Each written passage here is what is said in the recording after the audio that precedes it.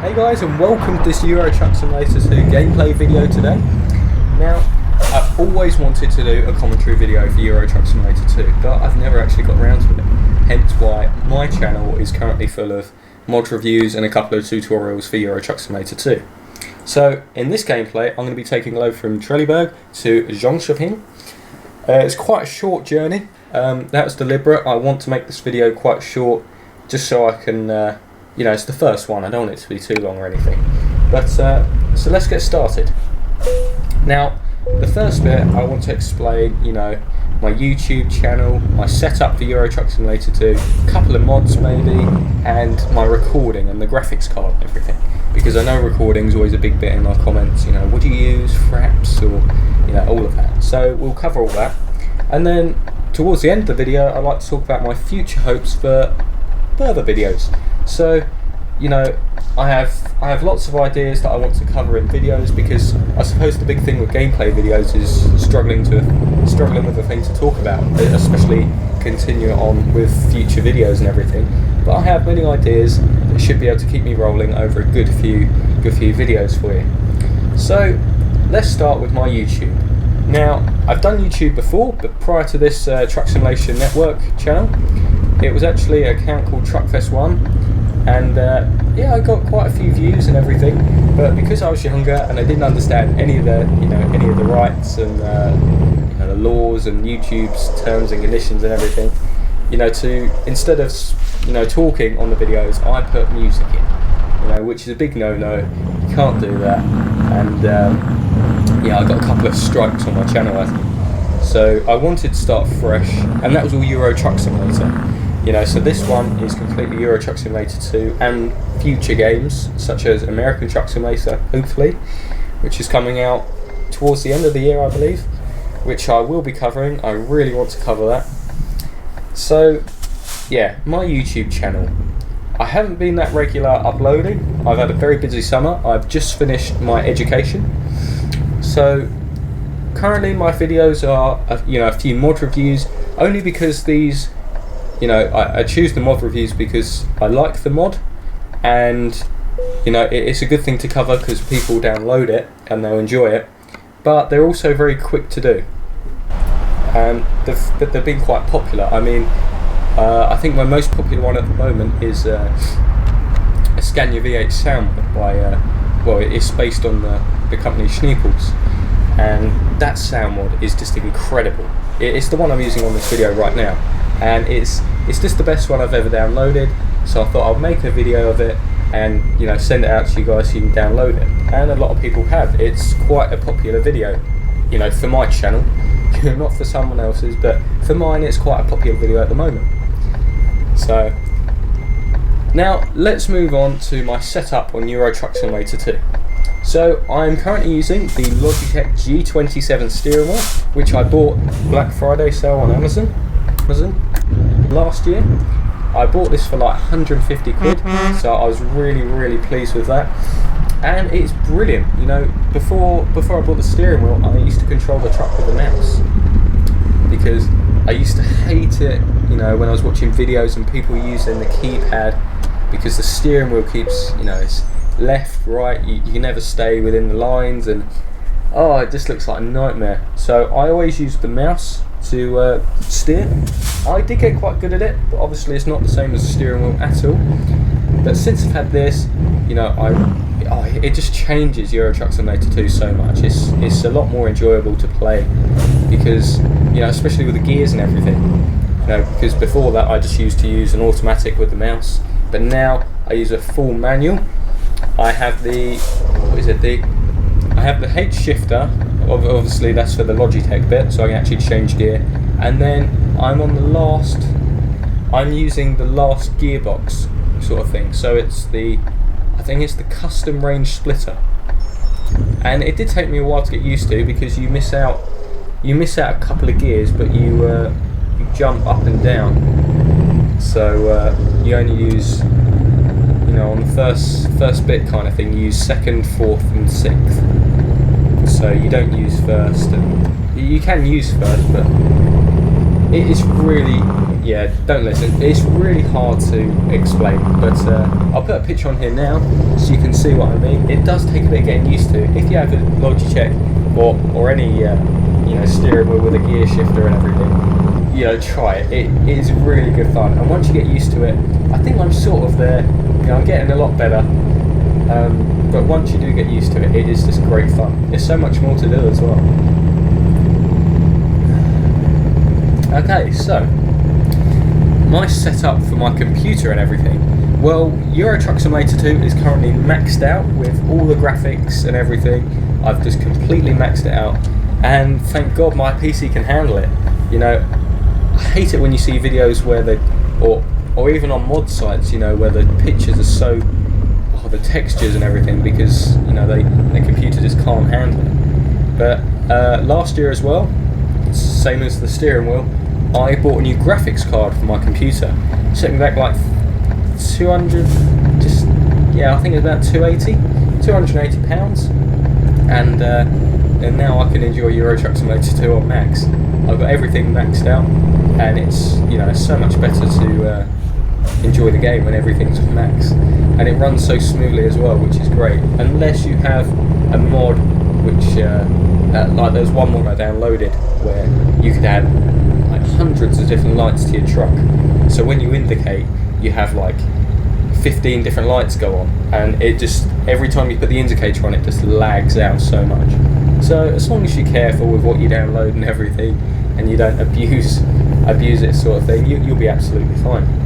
So yeah, I'll actually put a picture of the graphics card I've currently got. I don't actually remember the name of it right now, but I will find it.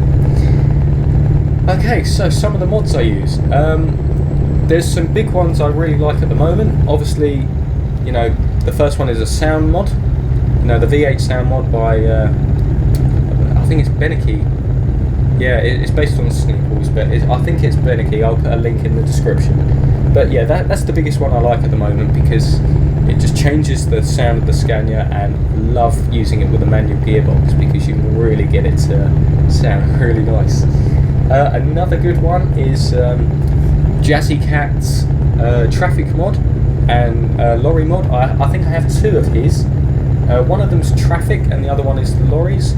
I'll point them out in the video, but it adds all kinds of different traffic to your, the AI. Excuse me, a rubbish truck, a garbage truck, fire engine. I think there's police cars. There is. Oh, actually, here's one of the lorries coming up in the AI. This one we're just about to overtake here. That is also in the AI. It just adds a lot more variation to the game, and it makes it, a sort of more real. It's just a bit of a change, it's good. I'll also put the link in the description if you're after that as well. Okay, so that's basically covered the first bit of what I wanted to talk about. So now we are almost halfway through the video already, which is good for me, because I've just done half of the things I wanted to talk about. So now I want to talk about future hopes. Now, like I was saying, I always wanted to do this, with Euro Truck Simulator 2 and do commentaries and everything, but I'm just not a good commentator at all. I'm hoping that will change as I get, a little bit more experienced in it. But I really want to do this. I want to continue it and obviously follow it onto American Truck Simulator 2, especially as Euro Truck Simulator 2 is always being updated. SCS just released their latest article on their blog about they're continuing the developments and everything, and that's one of the reasons I really do like the company. They're sticking by that game, and they're still developing it and pushing it to its limits, often free of charge for us users, which is really, really cool. They're just a great company. So my future hopes now, back when I was in the education, I planned all this out, my days off and everything, but I never got around to doing it. I've always wanted to create a series on map editing. Now, last year I did actually start making a map. It was only very small. I based it off Google Maps. I just found a place. I just, closed my eyes and clicked on my mouse, and it actually found a place in Poland on this country road, and that was it. I just started modding from there. And, the trouble is, there aren't that many models really, so you can get it accurate. But I got the base of it right, and I did get used to the editor, which is a very useful thing to do. So I thought, I know quite a lot about it now, and I would love to make a map editing series, because when I was trying to learn, I read this article. It was like a PDF book kind of thing on SES forum by a guy who used to make maps for Euro Truck Simulator, the first one, and it was all outdated.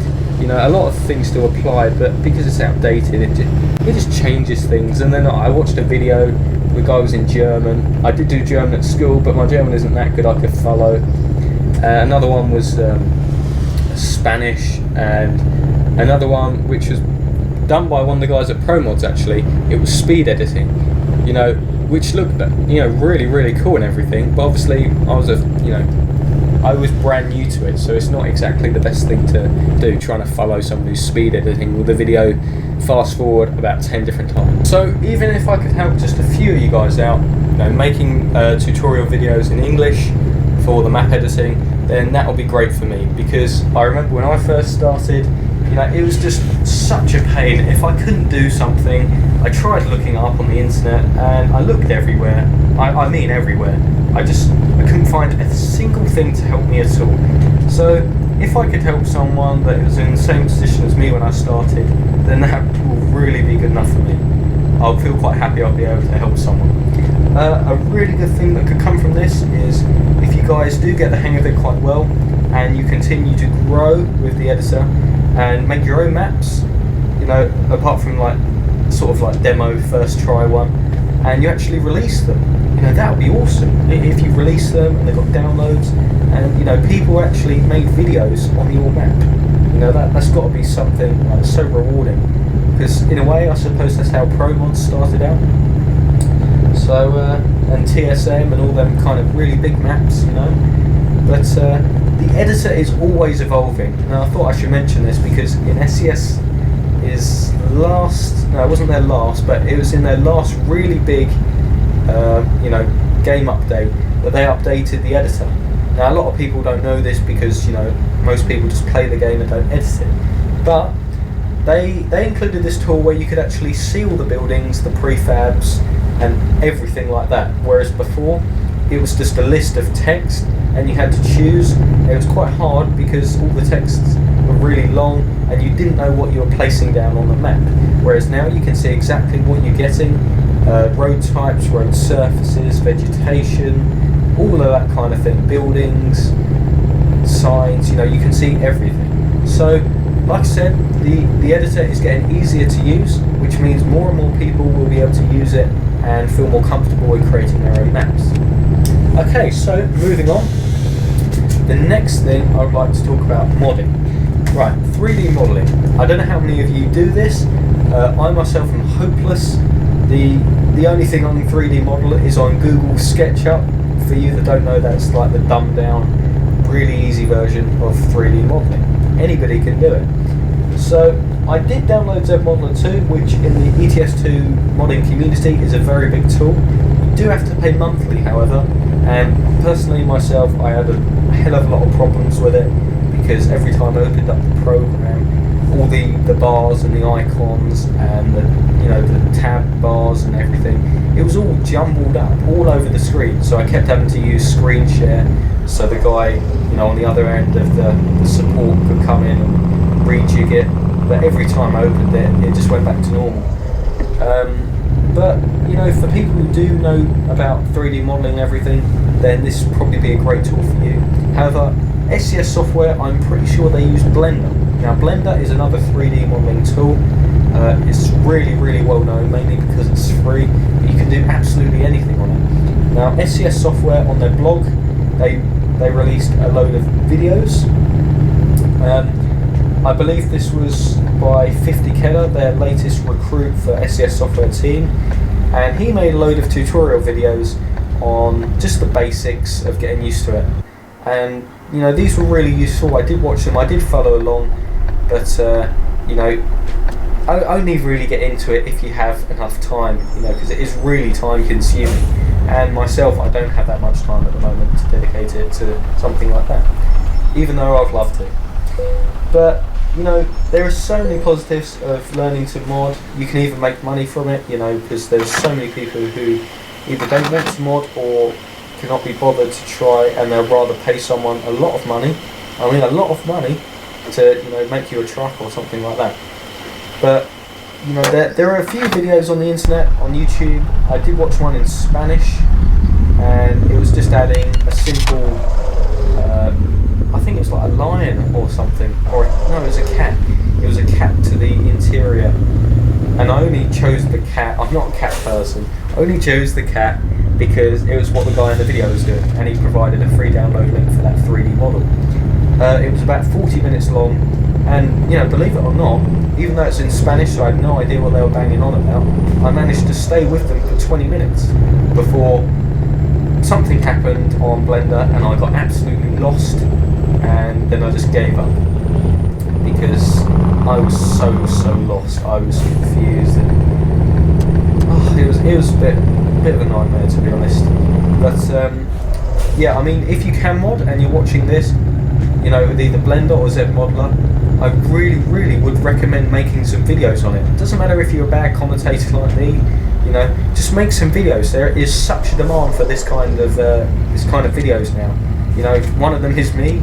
You know, I would like to see an English video, someone who could speak English so I could understand them, and you know, actually learn step by step, not jumping straight into the deep end, but learning step by step how to actually model in a 3D modeler program such as ZModeler 2 or Blender. So if you do know, make some videos on it, because you know, you could get a lot of views because it's such a demanding thing at the moment.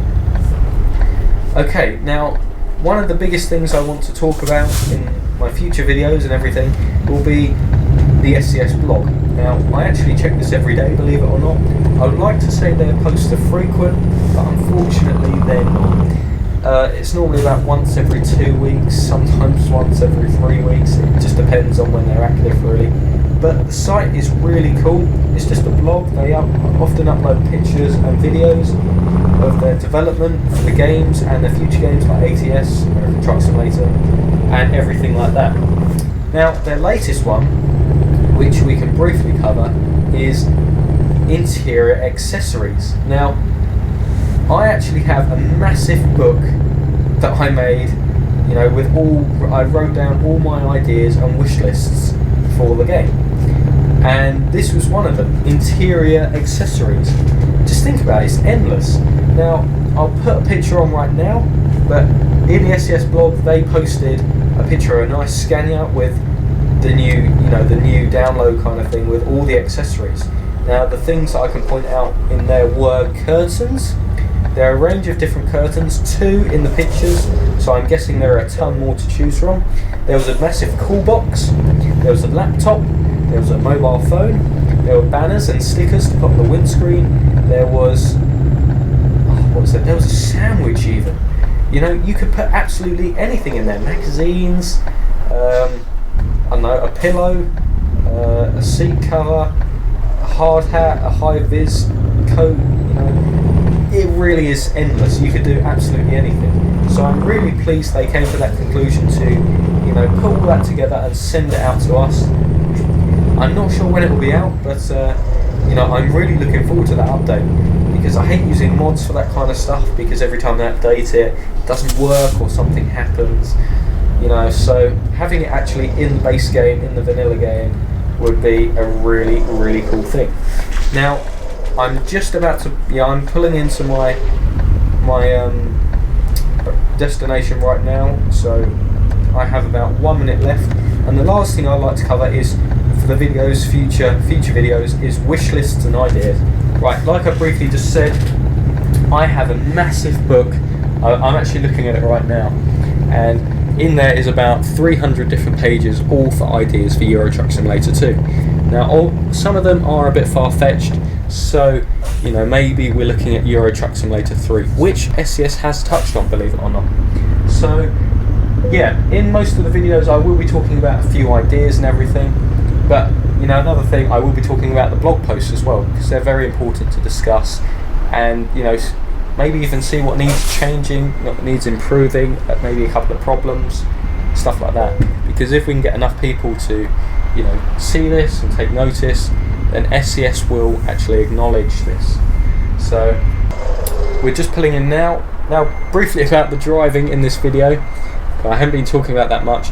I try and get as many different camera angles as I can in, but as you can see from this one, it is really tricky because you can't actually see where you're going. So bear with me on that. But anyway, thanks for watching, guys, and hopefully I'll see you in the next one.